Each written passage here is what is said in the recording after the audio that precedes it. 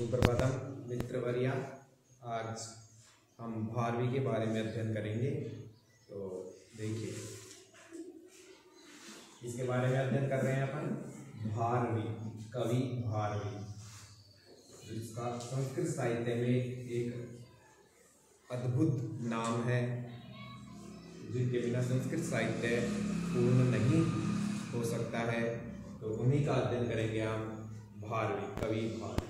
तो देखिए, कवि भारवी जिनका मूल नाम था दामोदर। प्रश्न पूछा जा सकता है भारवी का मूल नाम क्या था, तो उत्तर आएगा दामोदर। ठीक है। इसके बाद में देखें तो भारवी को आतप पत्र, किस नाम से? आतप पत्र भारवी, इस नाम की क्या दी गई है? उपाधि दी गई है। ठीक है। अब देखो, इसके बाद में हम अध्ययन करेंगे इनके समय काल। इनका समय काल माना जाता है 550 ईस्वी से 620 ईस्वी के मध्य।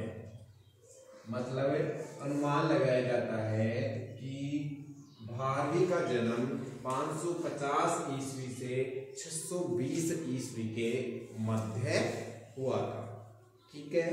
इसके बाद में देखते हैं तो ज्ञात होता है ये धारा नगरी के निवासी थे। कहाँ के निवासी थे भाई?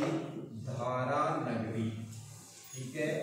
तो ये धारा नगरी के निवासी माने जाते हैं। और ये राजा भोज, जिनका नाम खूब सुना है, तो राजा भोज के क्या थे? ये समकालीन। क्या थे भाई?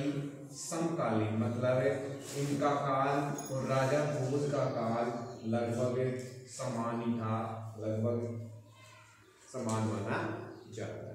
ठीक है। तो राजा भोज जो कहा जाता है, कहाँ राजा भोज, कहाँ गंगू देवी, वही राजा भोज किसके समकालीन थे? भारवी के समकालीन थे। और इनका जन्म धारा नगरी में माना जाता है, धारा नगरी के निवासी माना जाता है। इसके बाद में हमें ज्ञात होता है कि एक अभिलेख मिलता है और उसका नाम है ऐहोल अभिलेख। ठीक है। जो प्राप्त होता है कर्नाटक से। कहां से प्राप्त होता है? कर्नाटक से। और माना जाता है या उसमें उल्लेखित है कि यह अभिलेख 634 ईस्वी में, कौन सी ईस्वी में?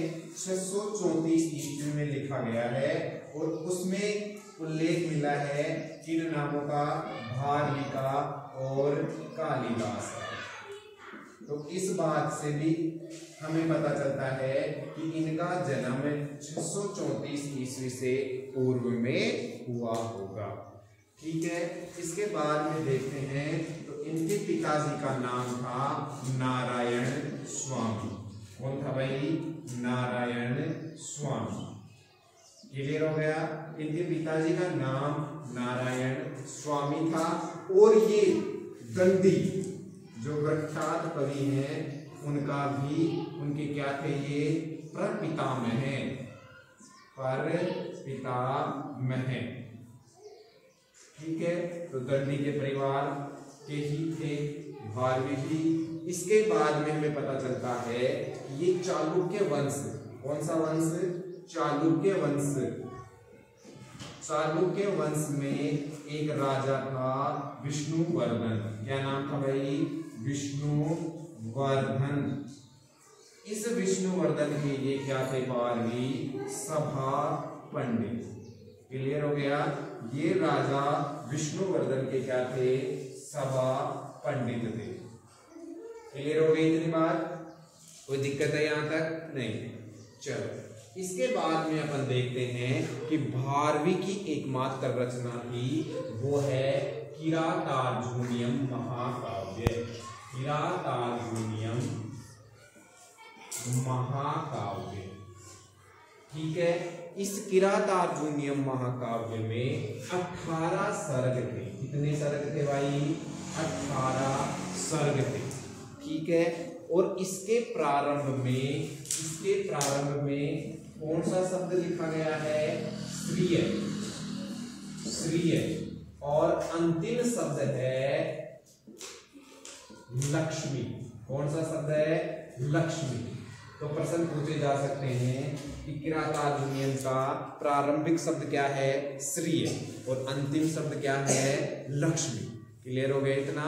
तो देखिए इसके बाद में यहां पर देखेंगे अपन इसकी रीति। तो रीति क्या थी इसकी? पांचाली। कौन सी रीति थी भाई? पांचाली। ठीक है। और इसका गुण था प्रसाद। गुण कौन सा था भाई इसका? प्रसाद। ठीक है। इसके बाद में ये विचित्र मार्ग के स्थान पर विचित्र मार्ग का क्या करते हैं? ये प्रवर्तन करते हैं। विचित्र मार्ग का क्या करते हैं? ये प्रवर्तन, मतलब विचित्र मार्ग का प्रारंभ भी करते हैं। इसके बाद में यहाँ देखेंगे तो इन्होंने भाव पक्ष की जगह, कौन से पक्ष की जगह? भाव पक्ष की जगह कला पक्ष का महत्व बढ़ाया या कला पक्ष पर जोर दिया। भाव की जगह किस पर दे दिया भाई? कला पक्ष पर जोर दे दिया। ठीक है। इसके बाद में अपन देखेंगे तो 18 सर्ग जो किरात अर्जुनीयम में है, इसके प्रथम सर्ग में, कौन से सर्ग में? प्रथम सर्ग में, जो हमारे प्रथम श्रेणी शिक्षक के पाठ्यक्रम में भी है प्रथम सर्ग, उसमें गुप्तचर व्यवस्था का उल्लेख मिलता है।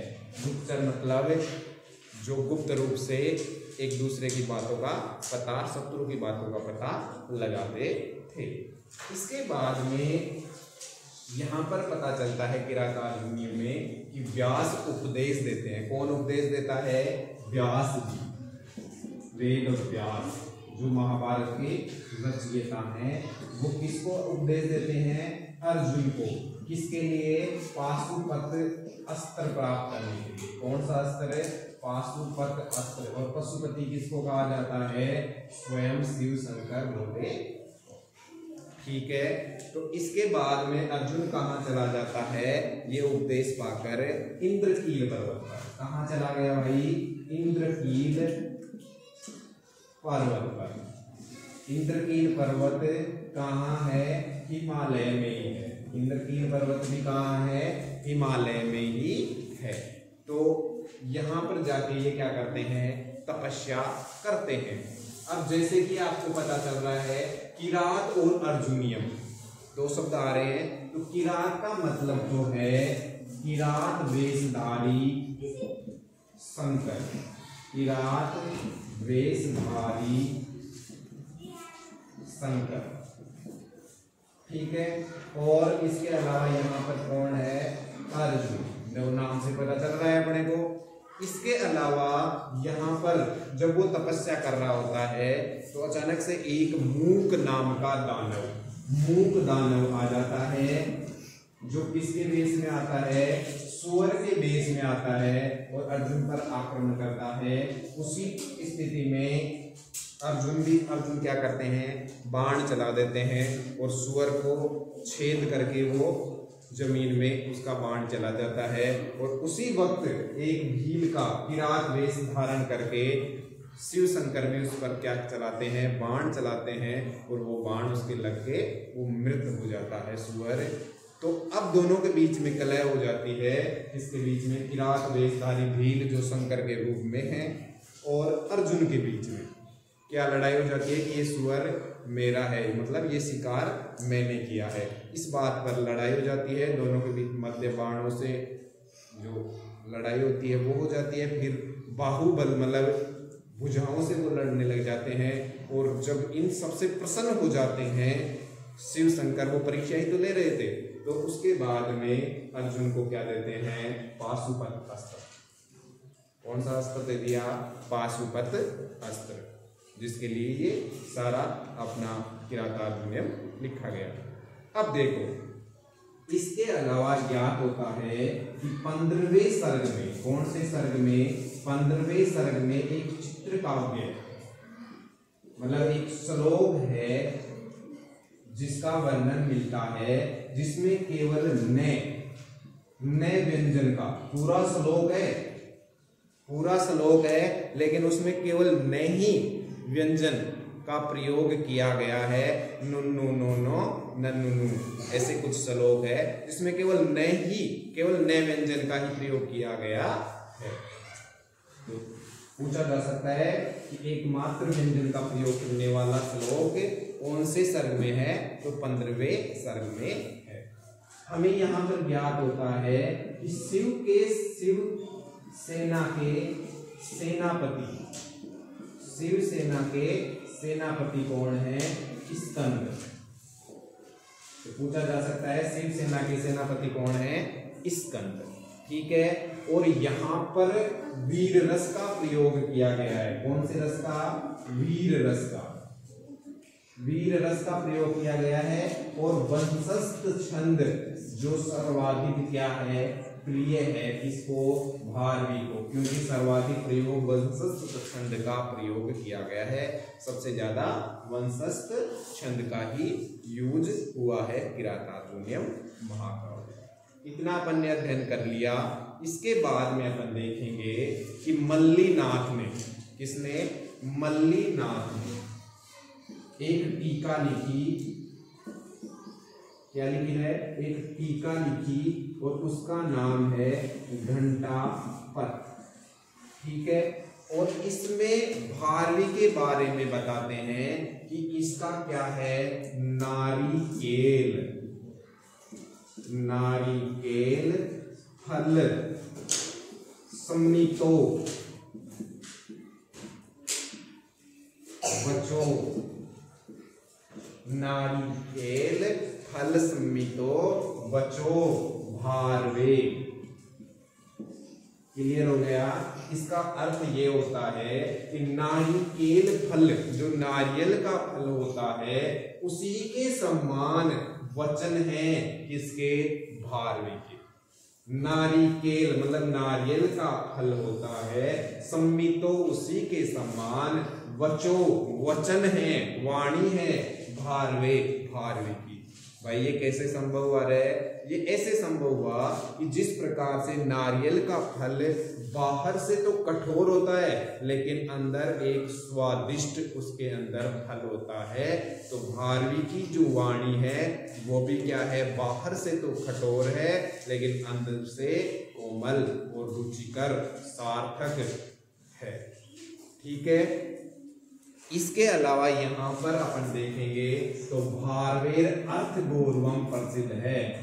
तो भारवेर अर्थ गौरवम का मतलब यही हुआ कि जो भारवी की सूक्तियां हैं, भारवी के श्लोक हैं, उनमें क्या है, अर्थ की विशेषताएं हैं, अर्थ का गौरव है, अर्थ का प्रभाव है। इसीलिए कहा गया है उपमा कालिदासस्य भारवेर अर्थ गौरवम गंडीने पदलालित्यम। तो भारवी का क्या है, अर्थ गौरव मतलब अर्थ की विशेषता है, अर्थ प्रदान काव्य है। मतलब एक छोटी सी बात होगी और उसमें कितना बहुत बड़ा विस्तृत विस्तार होगा, मतलब गागर में सागर, बात इतनी सी और अर्थ इतना बड़ा। ये थे हमारे भारवी कवि जिनकी रचना थी किरातार्जुनीयम महाकाव्य, जो महाकाव्य की श्रेणी 5 महाकाव्यों में भी आती है और बृहत्त्रयी का भी ये हिस्सा है जिसमें 18 सर्ग हैं। तो इसके बारे में भी इतना ही, परीक्षा के दृष्टिकोण से इतना ही महत्वपूर्ण है जितना आपको बता दिया गया है। यदि आपको वीडियो अच्छा लगे तो लाइक शेयर सब्सक्राइब जरूर करें। धन्यवाद।